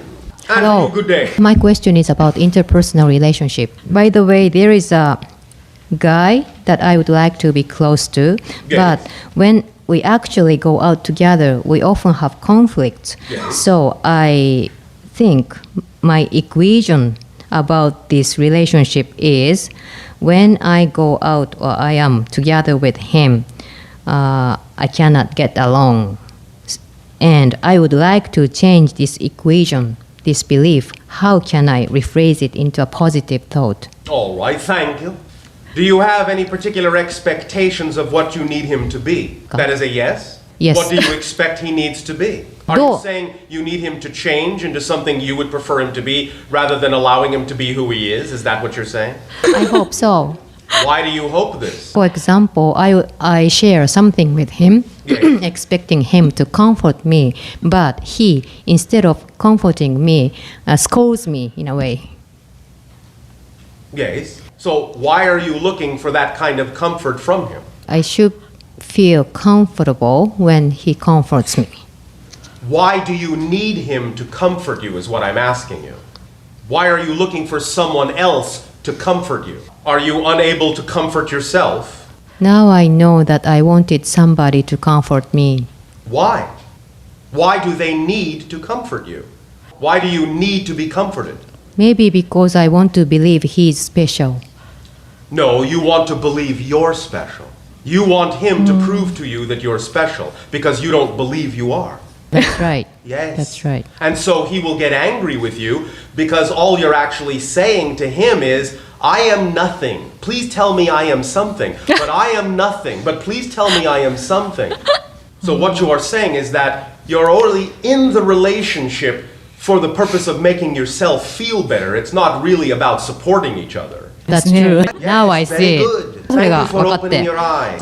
Does that help you? た気がします。 Yeah, very much. ありが Now と you う。 can get in touch with that belief and use the techniques to change your belief and understand that relationships are for the purpose of allowing each other to become more of who you really are. Because you see, here is the paradox. This is the energy and the communication that you have been creating up to this point. You're actually asking him to reinforce your sense of unworthiness. Because every time you ask him to make you feel better, you don't have to change. You don't have to make yourself feel better. You're leaving it all up to him, and if he does it, that means he's reinforcing that you don't ever have to feel better about yourself because he'll do it all for you. A relationship is to help each other become more of who you are, not less of your natural self, which is what you're asking him to do for you. Does this make sense to you now, energetically? I really understand that. Thank you. Thank you very much.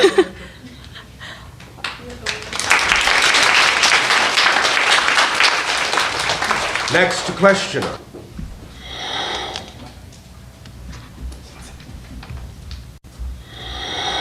And are you good day? I think I've got the general idea of excitement, but I would like you to be more specific. In what way? Suppose I would like to have a business success, and I create an imagination of my business success in a Yes. form, and I put it in my mind and feel excited and live my life fully with that Yes. excitement. Yes, without expectation. Now Well, no. you understand? Without expectation. Yeah. Do you see how this changes the way you're asking your question? You're forgetting a part of the formula. Act on your excitement with integrity and without expectation. So you do not close the doors through which the manifestation of your dream could come from another direction. It's the same idea It's with getting that. clearer and clearer, isn't it? Yeah. I think I got his point in his case. I got confused again. Yes, that's all right. Well, there is another desire, exciting idea to me. Like, I would like to lose my weight. No, all right, go right ahead, lose your weight. As you move forward in your energy and you use more of your energy to manifest the idea of your dreams, then less and less energy sticks around you and builds up into matter.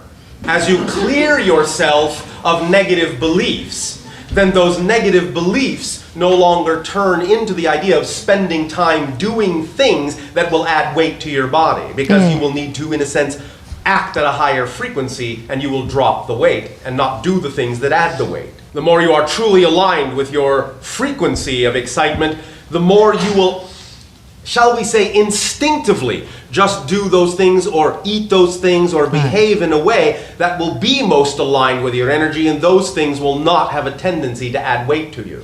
Now, we are not saying that you have to focus too hard on this idea. We don't want you to judge yourself, nor do we want any of you to think that in order to follow your excitement, you must be as skinny as a toothpick. After all, look at Buddha. Total joy, but a little bit fat. The thing really is just to relax into your natural self. There will be a range of weight that still represents following your joy, so do not judge yourself too harshly. You will lose what weight you need when you're more aligned with yourself. Now, I'm not saying that you need to do what I'm about to say, but it will give you another example of sometimes why some people may carry a little bit of extra weight. Some people have a little bit of a belief that when they follow their excitement and follow their joy, their vibration is going to rise so high that they'll just fly right up off the planet. And so they believe they need to put on a little weight to keep themselves on the ground. They use it as a balancing mechanism sometimes. Now, yes, while of course the belief that they need to put on a little weight to keep themselves grounded is a belief, it's not really, in that sense, a very harmful one as long as the weight is not extreme. You understand what we are saying? Okay, thank you. Oh, thank you. Actually, in my daily life, even though I'm not on a particular diet, I lost 3 kilograms. It's about 6 pounds naturally. All right, well then, there you go, you see. Right. Thank you. Thank you.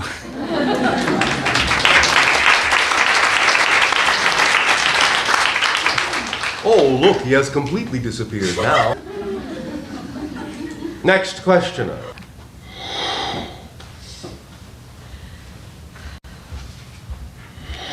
Hello. And you, good day. I'm very pleased to meet you. Oh, we are ecstatic to meet you and any on your planet. This is my personal question. Yay. I have my なかなか current job, but I feel more excited with another possibility of another job. And what would that be? Professional pilot. Professional pilot. All はい、 right. いいです Are you ね。 going to take flying lessons then? In もあり order ます to have a small-sized airplane operation license, I have to fly 30 hours. So も you う飛 are んだ saying that you are taking lessons? Is that what you are saying? ところで Yes, す I am in the training already. Oh, all right. Very はい good. Right. My なかなか desire is to quit my current job completely and put myself into that new possibility of job completely. Well, all right. Go ahead. However, understand this. You must be very clear about your belief system, believing that if you totally quit the other job, you must believe that your belief system can bring something to support you. If you don't, it would be wiser to hold on to the other job a little longer until you are clear that your belief system will support you if you change. It is all right to expand your dream of excitement in a step-by-step fashion. You don't necessarily have to do it all at once unless you really believe that that's what gives you your greatest joy and you really believe that your excitement will support you completely. Whichever way you choose to do it is all right because it's your life, it's your choice. All right? And then when I observe my circumstances, somehow I cannot quit my current job right now. That may mean that my belief system hasn't switched completely to that. All right, well then you can spend some time working with your belief system to see if you can get it to accelerate. We created a tool some time ago called Threshold of Believability. Threshold or doorway. It is a way to measure where your belief happens to be on a scale, in a sense of 1 to 10. Because you are your own best sensitive measuring device, and you can tell very quickly by using this tool exactly how long it will take for you to transform your belief. This is a very, very powerful tool, so all of you pay attention because you can all use this in different areas of your life. The tool works like this. I'm going to ask you a series of questions. If you were doing this on your own, you would ask yourself the question. Or you could even get someone else to ask the questions of you. When I ask you this question, I want you to answer as quickly as you can, yes, if you can answer yes. Or no, but answer as quickly as you can after I ask the question. All right, now, here you are, here's the present situation. You have a job that you're doing that isn't necessarily representative of your highest excitement, and you have something else that you're doing that does represent a higher excitement, yes? Right. And you are wondering when you will be able, when you will have a strong enough belief to be able to just be supported by the other idea and quit your job. That's the basic question you are asking. Right. So the question really is, how long will it be before I believe I will be just totally living my dream and not doing anything that doesn't excite me? That's really the basic question. Right. So you start using the believability tool by starting way out in the future, way farther than you know. For sure, far enough ahead so that you know for sure that by then you would be only living your dream and you cannot imagine doing anything else. So in other words, the question that you would start asking yourself is, do I believe, without a hesitation, without a doubt, that in 10 years that will be more than enough time for me to change my belief so that I'll only be doing what excites me the most? Is 10 years enough time for you to change that belief? That's more than enough. Yes, more than enough. All right, Right. see, no hesitation at all. You believe that 10 years is more than enough time to change the belief system within you right now, yes? Right. All right, very good. Now, you start lowering the それを amount. ちょっ Is と 5 years more than enough time for you to change this belief system? Maybe a little difficult. All right, now, there you go, you see. Now you said 10 years, no problem. 9 years, no problem. Perhaps. All right, you're already hesitating. You see, when you find your first hesitation, when you go down in increments, wherever you first hesitate, that's how long it's going to take with your present belief system. Now, you can say, well, if I would like it to take less time, what belief, using the techniques we did before, what belief would I have to change to make it easy for me to believe that I can do it in less time? So when you find out what that belief is and you change the belief using the technique we talked about before, then you can take the test again, starting again from where you originally started, where it was no problem at all to believe that you could change. So you say 10 years, no problem. 9 years, no problem with my new belief system. Now I know 9 years is more than enough time. 8 years, no problem. 7 years, no problem. 6 years, maybe. As soon as you find yourself hesitating again, find out what belief you have within yourself that would make it take that long. Do this over and over and over again until you lower and lessen and lessen and lessen the amount of time it will take. As soon as you get the time frame down to where it no longer changes no matter what you do with your belief system, then that is the natural amount of time it needs to take for your life path. Do you see how to use this powerful tool? Yes, I see it.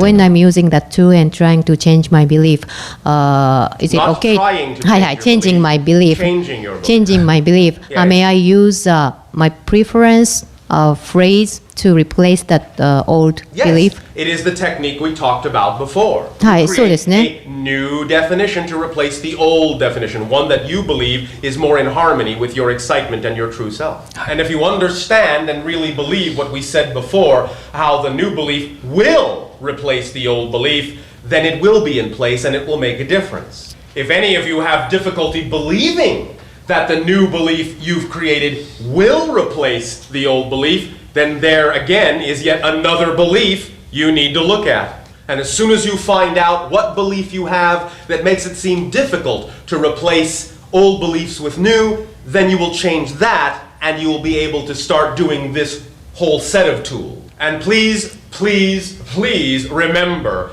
all of these beliefs and techniques and tools work best when you start with the primary, fundamental understanding that you are unconditionally loved and you accept that.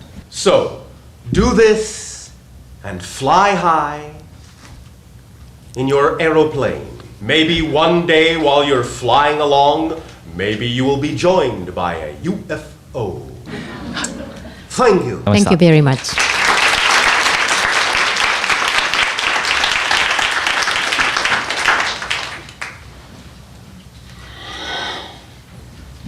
What is your time frame remaining? Actually, it passed already. Yes. 10 minutes passed, so All right. maybe a good time. Then let us extend once again to each and every one of you our deep appreciation for the co-creation of this communication. Please understand and remember once again that these techniques and tools are guaranteed to work because the universe guarantees that you are who you were created to be. Our unconditional love to you all. Good day.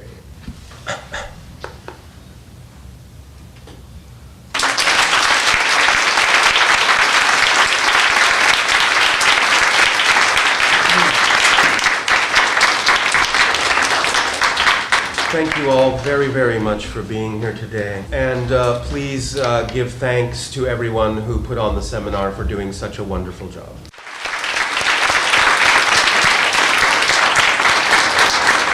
So, thank you very much, and please have a good day.